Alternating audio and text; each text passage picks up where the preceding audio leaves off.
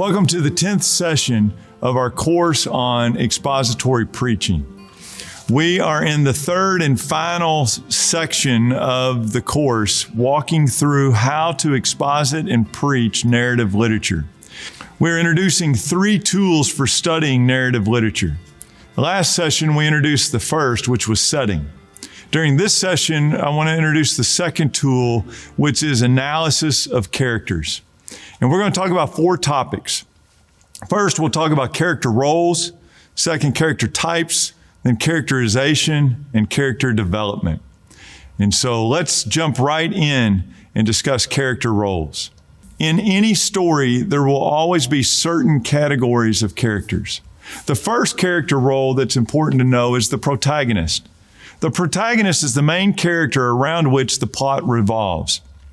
Often this is the hero of the story. In the early books of the Bible, it's Moses or Jacob or Abraham. In the book of 1st, 2nd Samuel, it's often David. And these are the ones that are setting out either to accomplish something, to accomplish a goal, or to solve a problem. The second role is that of an antagonist. This can be a person or a character that creates conflict for the protagonist. In the story of Moses, it's Pharaoh. With Jacob, it's Laban. With David, it's Saul. And then later, it's Goliath. And even later, it's his own sin. And so the antagonist is the person or situation that seeks to keep the protagonist from either achieving their goal or solving their problem. Those are the 2 primary character roles that any story will have. But there are other types of characters that often are introduced to make the story more interesting and help to move the plot along. One of these is an agent. An agent is a non-developed character.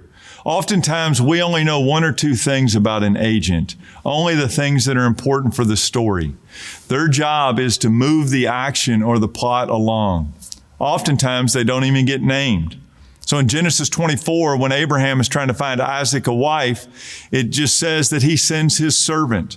We know nothing about the servant. We don't know anything about his background. We don't know what happens to him. We simply know that a person who's not even named, who's the servant of Abraham, goes on a mission to find Isaac a wife. That servant is just an agent in the story to move the story along of the line of Abraham. Another category is that of type. We'll see categories of people often introduced. And so in the Gospels, the Pharisees, the Sadducees, or tax collectors, we don't meet individuals within the category. They move as a group. They're a type of a person that are introduced into the story for certain purposes. Again, they are very flat in nature in that we really don't know much about them other than how they either help or hurt the protagonist. 5th type of character is a foil. A foil is an agent who's introduced into a story, but they're introduced for a specific purpose. A foil is a person or event that compares and contrasts against the protagonist. A foil can either show what a protagonist should do. In the story of Jonah, we have a couple of foils. The sailors that are really a type, they're a group of men, of non-Christian Gentile sailors. They foil Jonah. As Jonah goes down into the ship, it's the sailors who are praying. As Jonah, the prophet of God, does not care about the Ninevites, it is the sailors who care about Jonah. That the sailors are acting more righteous than Jonah, and the sailors heighten Jonah's sin because they illustrate what Jonah should be doing. We'll see a foil in our next session as we look at the story of the Magi. And then finally, when you're dealing with stories in the Bible, God is always the 6th character. We want to be aware whether he is mentioned explicitly or implicitly, as in the story of Esther. But God is always working, and we want to be aware of what he's doing. In stories, there can be main and minor characters. A main character is one that is developed throughout the story. Minor characters are those that help move the story along. As we just talked about, the roles of minor characters are often as agents, types, or foils. And characters can either be round or flat.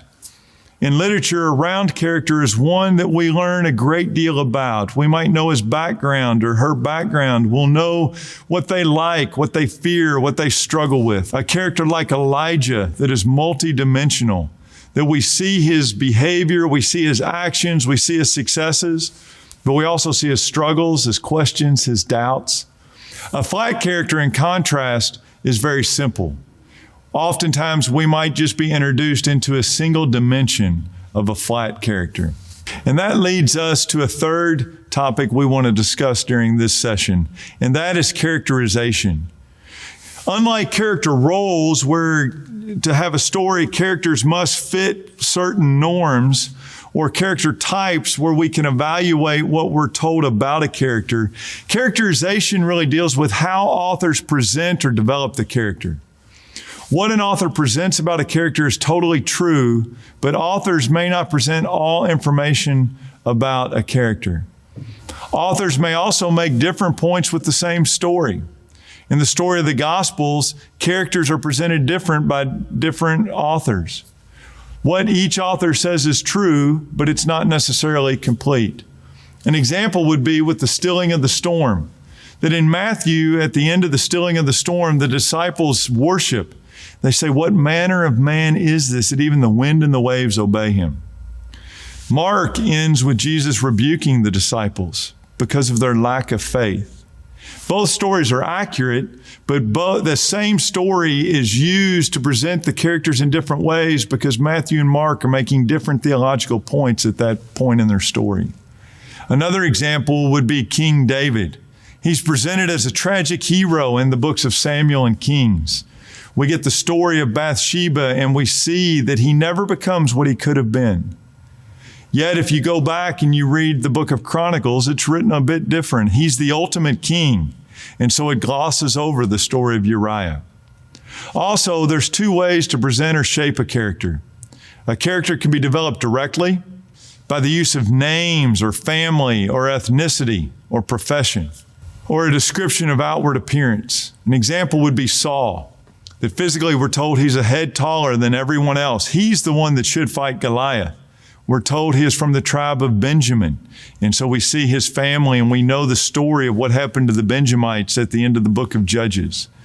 We're also told things about characters' personality, their emotional mood, or their inner state. That Saul was troubled in his spirit when God's Spirit had left him. Direct shaping can also take place in private thoughts. We're told that Mary pondered things in her heart. We're told in Daniel 2 that Nebuchadnezzar thought and asked things in his private bedchamber. Then we are allowed to see inside of characters. We can also have direct shaping of a character by the evaluation of a narrator, or a direct description by a narrator's statement. And so that it's said of Jesus in Luke that he was growing in wisdom and stature. There, Luke, as narrator, is telling us something about the development of Jesus. But authors can also develop characters indirectly, through indirect shaping. This is frequently used and it requires more interpretation. One common way of indirect shaping is a character's actions. If a character behaves a certain way, when Joseph's brothers rebel against Joseph, we're not told exactly why they did it or how we should understand it. We're left as interpreters to make those decisions for ourselves. Indirect shaping can also take place in characters' own words. When Pharaoh says, "Who is this God? I don't know him." We're not told exactly how to interpret that statement. We're left to make judgments about what Pharaoh was saying. Indirect shaping can also come through self-descriptions of characters, reported responses of other characters to them. That when the crowds marvel at Jesus, we're not told exactly how to take that. We must put that together with other information to see how we would understand the crowds and their response. Other forms of indirect shaping include other characters' descriptions of a character, other characters' responses to or in a character in actions or words. So the way Jonathan responds to David tells us something, but we're not told directly what it is. And then finally, Indirect shaping takes place in a character's response to plots. How do they respond under tests and trials and temptations? Finally, let me say just a word about character development.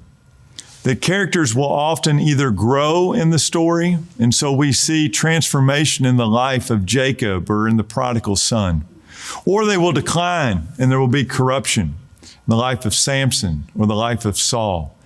And so we want to pay attention when there are multiple episodes in a character's life of how the author develops that character over the entire story of his life, and use that to help us interpret what the author is trying to communicate. And so the second major tool we want to pay attention to as we are studying both Old Testament and New Testament narrative is the way the author develops the characters. And I hope these few minutes has helped give you some information to know what to look for in the stories as you're examining the characters and who the authors are presenting them to be.